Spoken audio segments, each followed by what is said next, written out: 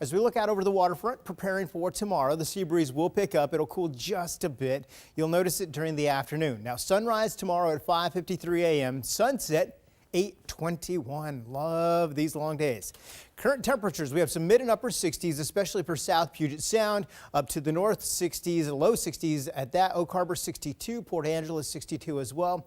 Here's a look at the satellite and radar. No returns as far as rain, but we do have some of those high clouds right over the Cascade Range, right over the Olympics as well, and everywhere else we've got some sunshine. Now, tomorrow the sea breeze will pick up, but this high pressure is going to take over quickly. So as we go into the weekend, that's going to be a big player for our weather into this weekend. Wait till you see the 7-day forecast.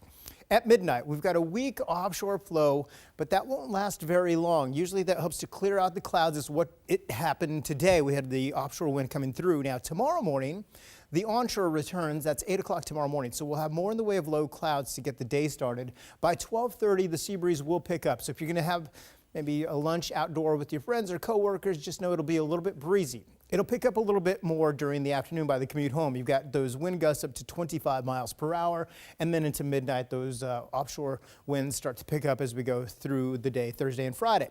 Overnight lows tonight into the 40s and a couple of 30s up there, upper 30s at that, and highs tomorrow will continue with upper 50s and low 60s, especially with the sea breeze back in place. We will still manage a couple of mid 60s out there.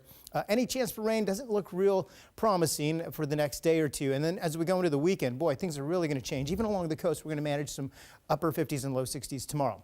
Here's a look at the 7-day forecast. 60s as we go into Wednesday, Thursday, and into Friday. By Saturday and Sunday, those afternoon highs will be in the 70s. Enjoy it.